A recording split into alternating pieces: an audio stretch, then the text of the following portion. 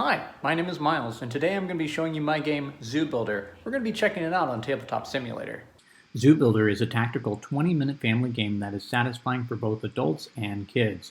Recommended for ages 6 and up, and for 2 to 4 players, Zoo Builder is great for getting families into drafting games and also teaches kids about the world's animals. Here we are, all set up and ready to play after doing the initial snake draft to start the game. It's the first player's turn, and they can choose to simply add either an animal dice, visitor, or exhibitor tile and place it into their zoo.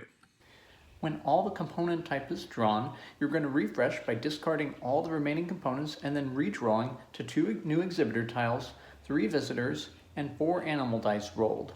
To start off, let's go ahead and check out these big chunky animal dice that kids are going to love. Each die is colored to represent a different continent where you might find these animals.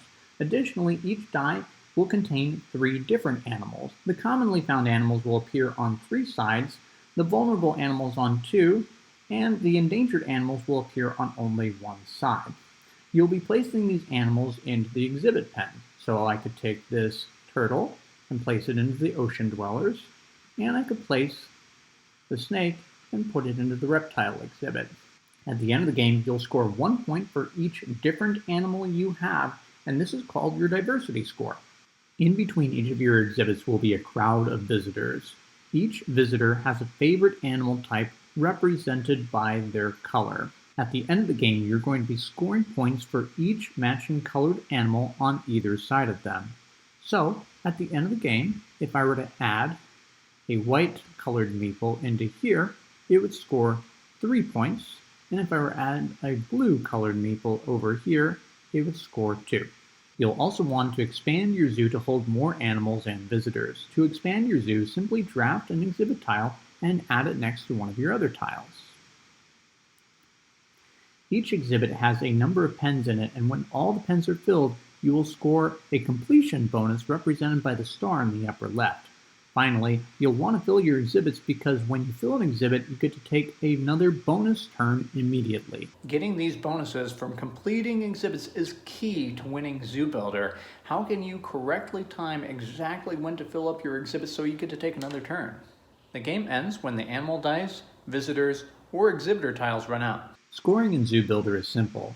Add the points first for your visitors that match their colored animals. Then add up points for your animal diversity, which is the number of unique animals that you have. And then you'll score points for any completed exhibits that you have. The player with the most points is the winner, and if there's a tie, the player with the most diversity is the winner. Zoo Builder is filled with strategy that can be comprehended by both adults and kids.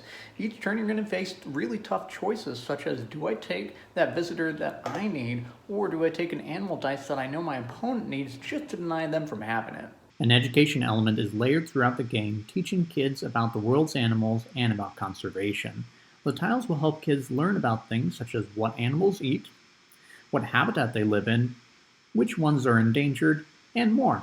In the back of the rulebook, you'll find an index of all the animal facts to help reinforce this learning. Thanks for checking out Zoo Builder with me today. Any interested publisher can request a physical copy to be sent to them in the mail. Additionally, it's made available via Tabletop Simulator for anybody for free.